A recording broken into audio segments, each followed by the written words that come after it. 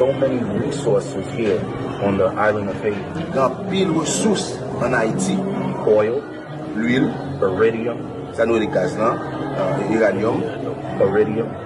You said it? Yes. Okay. There's so many resources. L'eau, argent.